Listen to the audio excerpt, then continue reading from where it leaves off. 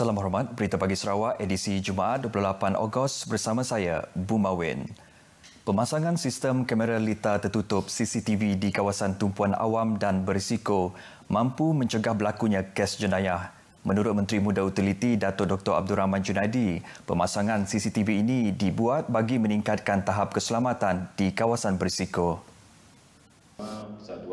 Datuk Dr. Abdul Rahman menjelaskan ini antara usaha kerajaan negeri dalam memberi perkhidmatan terbaik dan menjamin keselamatan awam selain ke arah pendigitalan. Beliau memberitahu demikian pada sidang media selepas merasmikan pemasangan CCTV di kawasan sekitar Leboi India dan sekitar Kompleks Mahkamah Lama di Kuching. Dengan pemasangan CCTV itu, ia akan memberi keselesaan kepada pengunjung dan juga peniaga di kawasan berkenaan.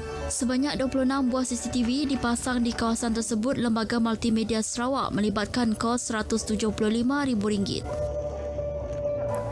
Seramai 7,124 orang petugas Jabatan Kesihatan Negeri Sarawak JKNS layak menerima bantuan allowance khas COVID-19 berjumlah RM300 setakat Ogos. Menerusi kenyataan pengarah JKNS, Dr. Chin Zin Hing berkata, jumlah tersebut berdasarkan semakan semula oleh Unit Perancang Ekonomi EPU Sarawak bersama pihaknya mengenai 11,334 permohonan yang diterima pada Jun. Jelasnya bayaran untuk bulan Jun masih tertangguh disebabkan beberapa isu, antaranya melakukan semakan semula data dan jumlah hari bertugas yang diterima daripada setiap fasiliti kesihatan terlibat. Kenyataan beliau ini merujuk kepada status terkini berhubung laporan media iaitu mengenai aduan terhadap kelewatan pembayaran allowance khas kerajaan negeri kepada para petugas kesihatan yang terlibat menangani wabak pandemik COVID-19 di Sarawak. Bayaran allowance tersebut dilaksanakan bagi tempoh 6 bulan iaitu April hingga September depan dan tertangguh pada Mei apabila EPU memohon justifikasi peningkatan jumlah penerima seramai 11,334 dari JKN. Sementara itu, berkenaan tuntutan perpindahan pegawai perubatan kontrak yang diarahkan bertukar bagi pelantikan semula, Dr. Chin berkata ia adalah layak dibayar seperti yang terkandung di dalam surat pemberitahuan arahan penempatan semula pegawai perubatan lantikan kontrak 2016 dan 2017. Manakala bagi pegawai kontrak lantikan pertama hanya tambang pengangkutan sahaja yang layak dibayar selaras dengan surat perkeliling Ketua Setiausaha KKM bilangan 1 tahun 2012. Guru berperanan penting dalam melahirkan modal insan berkepribadian mulia, berpengetahuan dan berkemahiran tinggi. Pengarah Pendidikan Sarawak Abang Mat Ali Abang Mas Agus berkata, guru bukan sahaja bertanggungjawab untuk mengajar, malah membentuk sasiah dan akhlak anak-anak muda. Ujar Abang Mat Ali Abang Mas Agus, guru diibaratkan sebagai seorang jurutera sosial kerana bidang pendidikan merupakan peneraju hala tuju masa depan generasi akan datang. Katanya ia bersesuaian dengan tema sambutan Hari Guru tahun ini iaitu berguru demi ilmu bina generasi baru. Abang Mat Ali berucap merasmikan sambutan Hari Guru dan pelancaran Bulan Kemerdekaan peringkat daerah Sibu. Dalam majlis sama, beliau turut mengucapkan syabas kepada warga pendidik di Sibu di atas beberapa pencapaian yang membanggakan. Antaranya daripada 21 buah sekolah di seluruh negeri, 7 buah sekolah di Sibu tersenarai sebagai sekolah berprestasi cemerlang. Pemasangan sistem pemantauan kenderaan VMS merupakan sistem dalam talian bagi menggantikan permohonan secara manual untuk pengecualian cukai ke atas kenderaan yang didaftarkan di negara jiran. Ketua Cawangan Kastam ICQS Sungai Tujuh Miri, Penguasa Kastam Do Haili Bujit berkata, permohonan VMS atau pas kenderaan hanya diberikan kepada pemohon yang layak dan mematuhi syarat yang ditetapkan.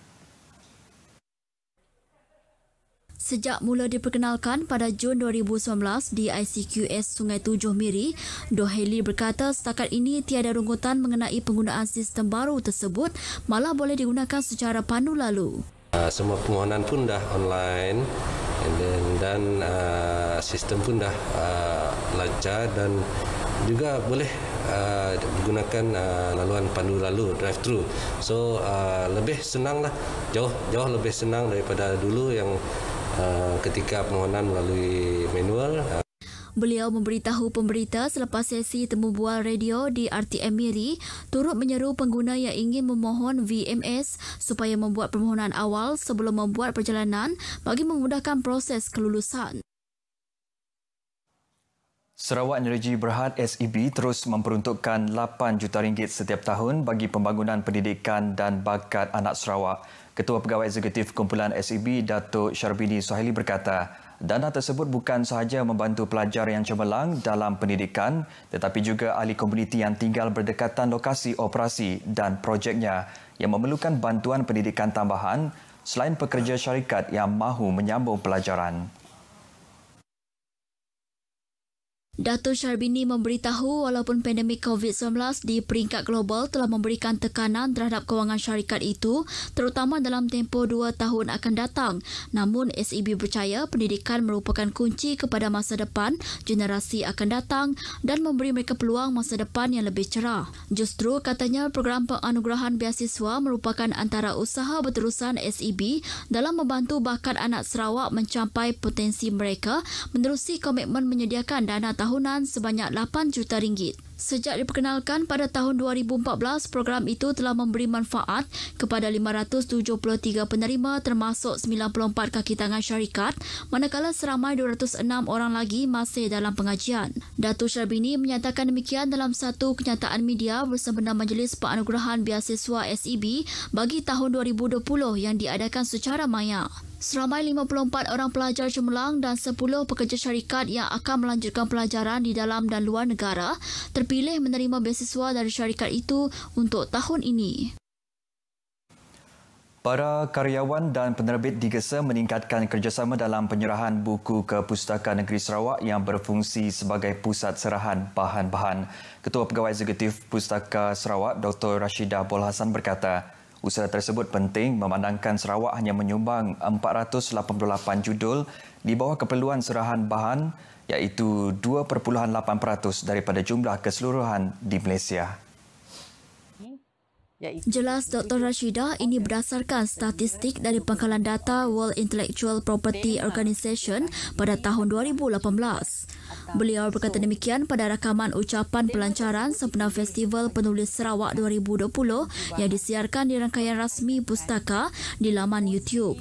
Tambahnya, menurut statistik berkenaan, Malaysia hanya mencatatkan 16,903 buku yang diserahkan mengikut keperluan serahan bahan iaitu jumlah yang amat rendah jika dibandingkan dengan negara Asia Tenggara yang lain seperti Vietnam yang mencatat sebanyak 21,668 judul buku. Dalam pada itu, Dr. Rashidah memberitahu pustaka yang bertindak sebagai pusat depositori bagi penyimpanan bahan-bahan terbitan, rekod-rekod awam kerajaan negeri dan bahan-bahan arkib untuk Sarawak telah mengambil beberapa inisiatif bagi menyokong usaha para penulis dan penerbit tempatan. Ini termasuk pemberian dana untuk pembelian bahan-bahan penerbitan buku-buku baharu sebanyak RM10,000 maksimum bagi setiap penulis. Selain itu, pustaka juga memperkenalkan Festival Penulis Sarawak untuk menggalakkan kreativiti penulisan dalam kalangan penulis tempatan. Festival edisi ketiga yang bermula semalam hingga Sabtu mengetengahkan 18 program dan aktiviti menarik berasaskan dalam talian dirancang khusus kepada golongan penulis dan penerbit tempatan. Seorang lelaki 30-an ditahan selepas cuba menyogok RM20,000 kepada anggota polis gerakan AM Batalion ke-12 di Miri. Menurut Pegawai Pemerintah Batalion 12 PGA Miri, Superintendent Tan Hiap Seng, tangkapan dilakukan di stor penyimpanan minuman keras pelbagai jenama dan rokok pelbagai jenis di Jalan Maigol, Senadin, Rabu lalu.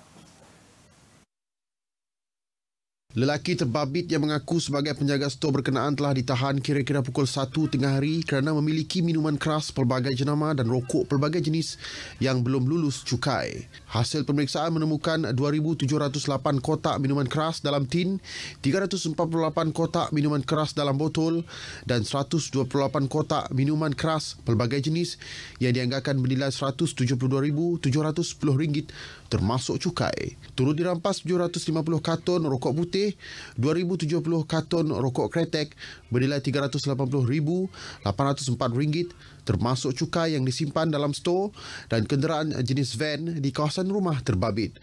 Pasukan serbuan juga merampas sebuah kenderaan yang dianggarkan bernilai RM30,000 menjadikan nilai anggaran keseluruhan rampasan adalah RM603,514. Kes disiasat di bawah Seksyen 135-1-D Akta Kastam 1967 dan Seksyen 17-B Akta SPRM 2009. Angkatan Tentera Malaysia ATM melalui pasukan di bawah naungan 1 Division tampil bekerjasama dengan Hospital Umum Sarawak HUS mengadakan program derma darah dalam usaha mendapatkan stok simpanan darah. Markas Division Pertama Infanteri Malaysia dalam kenyataan berkata, program tersebut dilaksanakan oleh Batalion Pertama Perubatan bertempat di Dewan Serbaguna Kem Waratuang, Kota Samarahan semalam.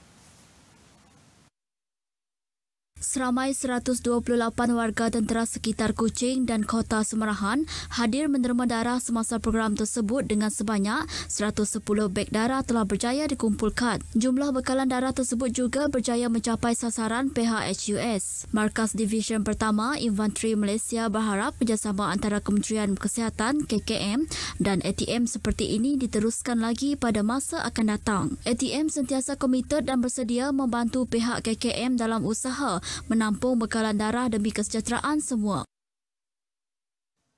Baik, sekian berita pagi Sarawak. Jangan lupa saksikan sambutan Hari Kebangsaan 2020 peringkat negeri di Bandar Simanggang menerusi platform media sosial Kerajaan Sarawak Isnin ini.